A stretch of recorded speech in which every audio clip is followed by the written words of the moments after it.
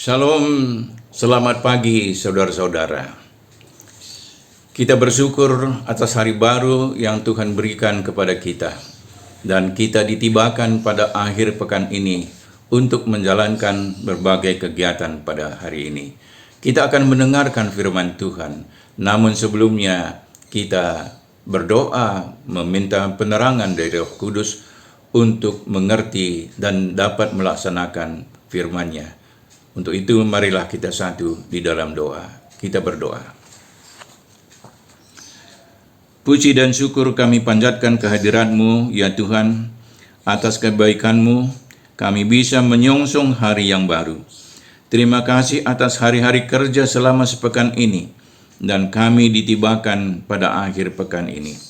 Kami akan menjalani akhir pekan ini, dan firman-Mu akan mengantar kami, dan akan menjadi pedoman bagi kami. Karena itu, berbicaralah kepada kami ya Tuhan, sebab kami sudah siap sedia mendengarkan sapaan-Mu. Dalam nama Yesus Kristus, terimalah kiranya doa kami ini. Amin. Saudara-saudara yang terkasih, firman Tuhan yang akan menjadi dasar renungan kita pada pagi hari ini terambil dari surat Rasul Paulus kepada anaknya di dalam iman, yaitu Timotius, yaitu terambil dari surat 1 Timotius 1 ayat 5 yang berbunyi sebagai berikut. Tujuan nasihat itu ialah kasih yang timbul dari hati yang suci, dari hati nurani yang murni, dan dari iman yang tulus ikhlas. Saudara-saudara, surat ini kita baca bahwa Rasul Paulus mendesak Timotius agar tetap tinggal di Efesus.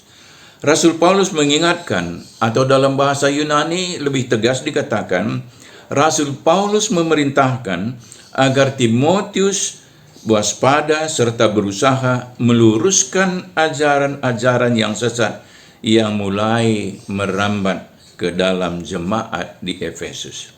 Ajaran-ajaran sesat itu merupakan campuran faham Yahudi dan faham bukan Yahudi, yang didasarkan kepercayaan bahwa semesta alam sudah jahat. Oleh karena itu, menurut ajaran sesat itu, keselamatan hanya dapat diperoleh kalau orang mempunyai pengetahuan tentang rahasia tertentu dan mentaati peraturan-peraturan yang mereka tafsirkan dari hukum Taurat. Seperti misalnya peraturan tidak boleh kawin, pantang memakan makanan tertentu, dan lain-lain sebagainya. Kata Rasul Paulus, ada sebagian orang yang sudah tidak lagi hidup berdasarkan kasih, dan karena itu tersesat dalam perdebatan-perdebatan yang tidak ada gunanya.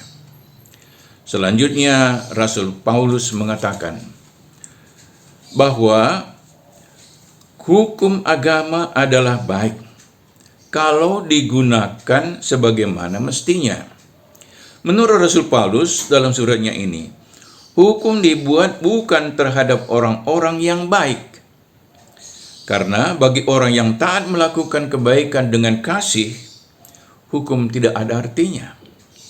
Hukum itu diterapkan terhadap para pelanggar-pelanggar hukum, terhadap para penjahat, terhadap orang-orang pembohong, saksi-saksi dusta, dan siapa saja yang melakukan hal-hal yang bertentangan dengan kasih. Kasih berdasarkan Injil, yaitu agar jemaat di Efesus mengasihi dengan tulus ikhlas dan tidak munafik. Itulah instruksi Rasul Paulus kepada Timotius, anaknya di dalam iman. Saudara-saudara yang terkasih, dalam suratnya kepada jemaat Kristen di Roma juga, Rasul Paulus juga mengatakan sebagai berikut. Tidak seorang pun yang dapat dibenarkan di hadapan Allah oleh karena melakukan hukum Taurat. Tetapi karena justru oleh hukum Taurat orang mengenal dosa. Tetapi sekarang Allah sudah menunjukkan jalan bagaimana berbaik dengan Dia, yaitu dengan Allah. Dan caranya itu tidak ada sangkut pautnya dengan hukum agama. Allah memungkinkan manusia berbaik dengan Dia hanya kalau manusia percaya kepada Yesus Kristus.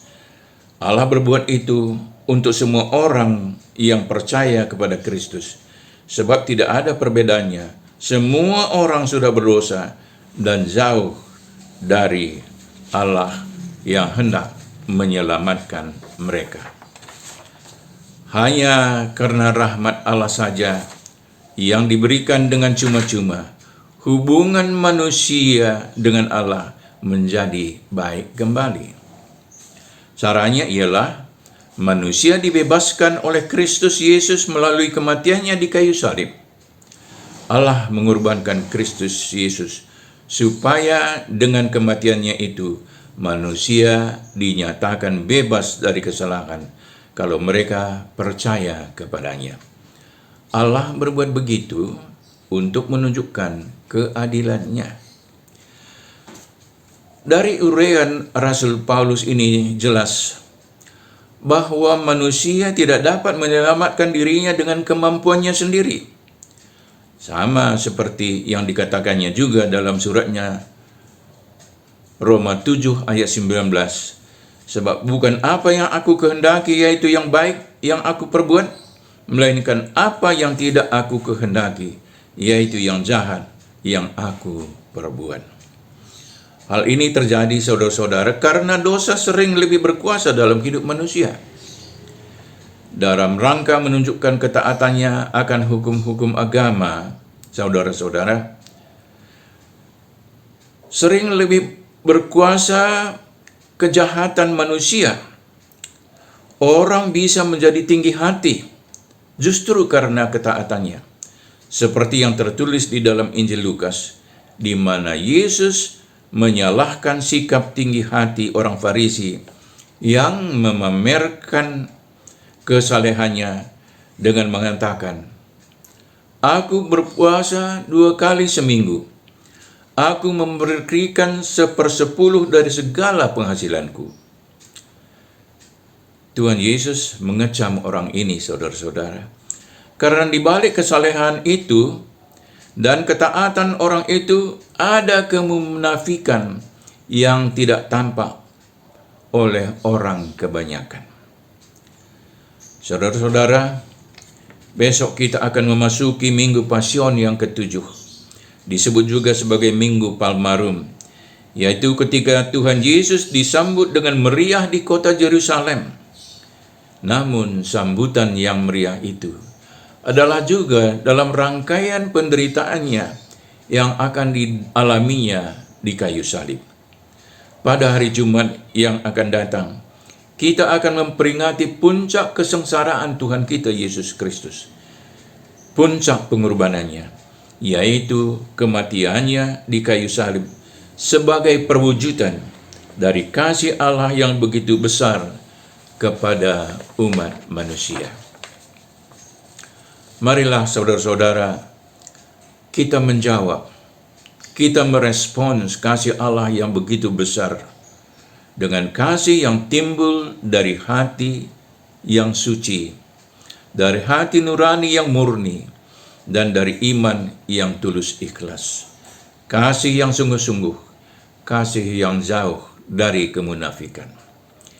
Kita mengasihi sesama, saudara-saudara, bukan supaya sukses di dunia ini saja, atau mendapat pujian dari dunia ini.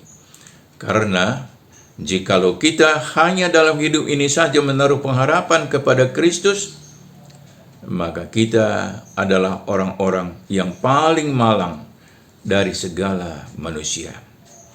Pengharapan kita adalah pengharapan hidup yang kekal ketika kedatangan Tuhan kita Yesus Kristus yang kedua kali.